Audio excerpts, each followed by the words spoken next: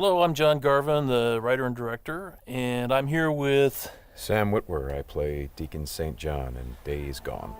Yeah, and we're here to talk about the alternate path demo. So we did 2 demos for E3 this year. One you guys saw at the media showcase, and this one we showed behind closed doors on the floor at E3. And so for the first time, we're releasing it online so that everybody can kind of take a look at it. And I thought I'd just talk a little bit about, what the differences are, and just kind of just show you what we were trying to accomplish this year. Yeah, I mean, the most obvious difference so far is the last one was nighttime during the rain, and this is daytime during the snow. Yeah, and it's not just cosmetic, and I think that's one of the things we really wanted to emphasize, because this time we're showing sort of a day in the life of Deacon. You see he's on the drifter bike here.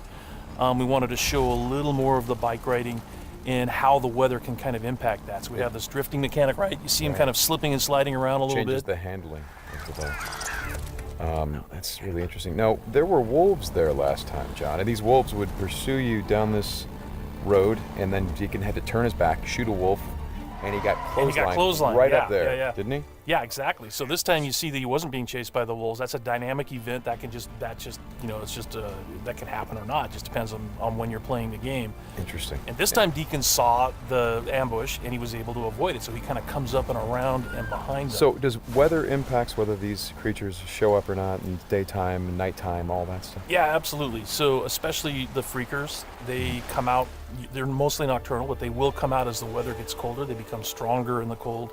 Right. And so that will, again, kind of change up the way the game plays. That's very, very, I kind of love that you decided to do this as a demo to show 2 completely different iterations on the same exact mission in the game. Yes, exactly. So we wanted to have, the job is basically the same. Deacon hears that his buddy's in trouble, rides out to save his life. And, as you can see here, this is a completely different experience from what we showed in the first demo. In the first one, Deacon gets clotheslined, and it sounded very painful, by the way. Oh, speaking of painful, okay, so the combat in this game is fairly brutal. John, you want to talk about that a little bit? Well, we just wanted to make it as, as realistic as possible. So, yeah, we're not holding back on that at all. And Sam's done most of his own stunt work for this.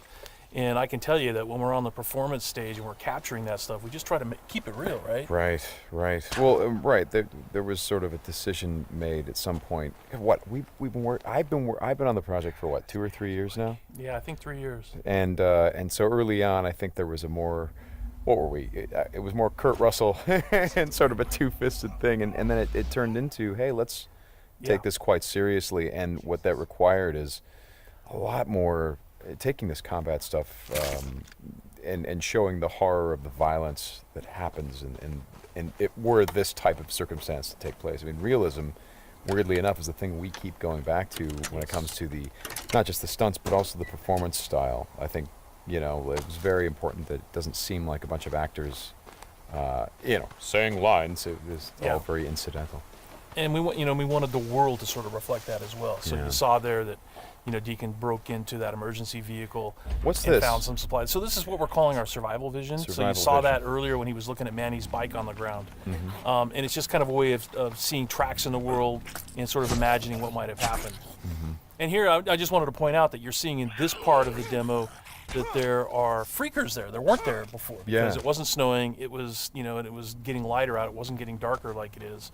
And so, it changes up the way you can play through the level. And what is this? We call this the meat wall. The meat wall. Yeah, and it's not just there, to make the guys who put them up to seem evil. They're there for a purpose because, again, freakers are living creatures. They eat. That's their primary thing. They want to eat. And so you hang these dead freakers up, and any freaker, rather than coming into their camp like you see here, they would actually stop and snack. Yeah, exactly. Yeah. And then the same thing with this freaker that they've hung upside down. There's a bear trap underneath it, and they use that because a freaker will come, be attracted to the meat, and then hit that trap. Interesting. Another thing you just saw, by the way, is that tin can. The tin can trap that you that's an alarm that the marauders will put up. And this is, again, some of the things that marauder camps just do. And you find these marauder camps throughout the world. You'll find traps like that, and then if you're careful and you're paying attention, you can avoid them. Because in the first demo, Deacon didn't avoid it, and he set off that alarm. Right. Now this is the same tactic that he used last time. Throws the rock to get someone to to lure him over and have him step in the bear trap. But this one plays out a little bit differently than last time. One of the things that struck me, and we've talked about this obviously as we've shot, but there's an effort of the other marauders to get this guy to shut up, and he won't. Yeah, and so in the first demo, Deacon's heading on down the trail, and you can hear that happening behind him. Right. And this time we're showing what happened. So, he's watching everybody react to this poor guy trapped in the in that bear trap, and she just is like, shut up, shut up, shut up, and then just loses it and shoots the guy. Right. And of course, in the meantime, Deacon is crafting a Molotov and just takes them all out. Right. Oh boy, that's brutal. Ow. So again, it's like in the previous demo, Deacon would have gone off to the trail down to the right. This time he's going to head this way. He follows the tracks, and comes under a sniper attack. Now let me ask you something about the survival. Okay, there's a sniper attack coming, but the survival vision is, if you don't say upgrade your survival vision, can you miss clues? I mean, are there things that you would get if you upgraded your survival vision that would help you complete the mission better? Exactly, and you have to, we have a whole skill tree, and it's all tied to the experience that you can earn as you're just playing through the game, and then you can upgrade those things. What's happening here? We got a freaker tied to a tree. Yeah, so this is another type of trap that marauders will set. They will basically chain freakers to the perimeter of their camps, and they use them as kind of an alarm system. And then that, you saw that marauder there. He was just tormenting the poor freaker, and then so Deacon kind of takes advantage of that. Well, and you think for a moment that Deacon is the guy, he's sort of helping the freaker by, getting the guy that taunted him. Is like, no, and then he's going to take the freaker out right afterward. Exactly. And this is a bit of silent sniping using the crossbow. Yeah, so this whole sequence at the end plays out very differently. In the first demo, you saw Deacon use a swarm. He weaponized a swarm, lured them into the camp, and then they kind of did the work for him. There's no swarm in this run-through. Right. So the player really has to go in and use what we're calling our strategic sandbox combat, and that's just, stealth mechanics and setting and using traps, whole arsenal of weapons. You see there's a variety of weapons that Deacon's going to use through this, including the crossbow. He crafts his own bolts. And he's got to figure out how to get up to Manny, just using his combat skills instead of doing it strategically. So straighten me out. Those bonfires, were those there in the previous demo? No, they weren't. Right. So that's another big difference. Is that if you come here during the day, it's like in the media showcase demo, there was like kind of a fight club thing going on. Right. They were punching each other, and everybody was just sort of getting into it. Nobody's really paying attention to what's going on. Yeah. And now it's getting dark and it's cold out. So they've built these bonfires. So. And again, it's not just a cosmetic change in the way the... Well, it's cold, right? Yeah, it's because it's cold. They have to build some... So it changes the way the marauders behave in the level. Mm-hmm. Well, that's very...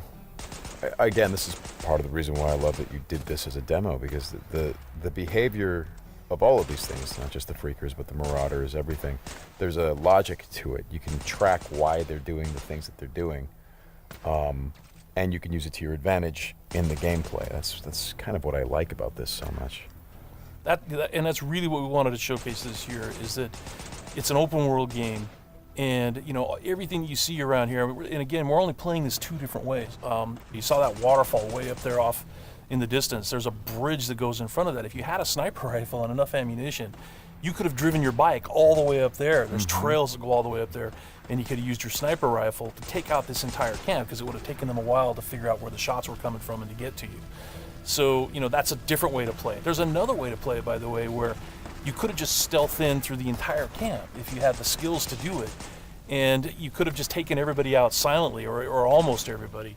And then you could have gotten up to where Manny's being held using a different route, and just stealth killed that guy. There's no reason that you have to come in and run and gun it like Deacon is doing here. Hey, how scarce is ammunition? Because I see him switching from a bunch of weapons, and when we saw this demo, when I came in and saw it at A3, one of the things that I really enjoyed was I was sitting next to you, and the driver was playing the game, and at some point I saw you shift in your chair and you leaned forward, and I heard you say, "Oh man, uh-oh." And I'm like, whoa, what's going on? He's like, he's going to get killed. I'm like, whoa, oh. And I leaned forward. I was like, oh, I guess there's some real danger. And one of the things was that he was running out of ammunition. And he was trying to go pick up ammo from the dead he was looking for marauders. Ammo, But he was under fire. So when we were at E3, we had a whole team with us, and everybody played it slightly differently. So it just shows you that it's not scripted at all. Yeah. And then this Rager bear. Oh yeah, boy. the infected bear. The infected bear. That's, yeah, that's not what you want to see. Well, we thought that would be a good way to end the demo, is to show that it's just one, for Deacon's life. It's just one darn thing after another. Yeah. Right? You're going to save your buddy. You get clotheslined. You get attacked by wolves, or you think you're finally done. You rescued you've gone through all this stuff, and then suddenly, Rager Bear. Right.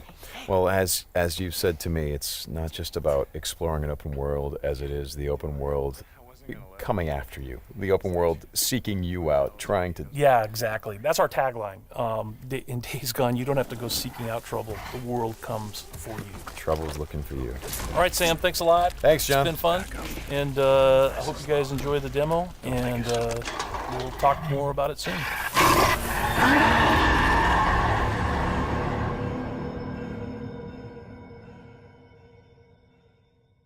PlayStation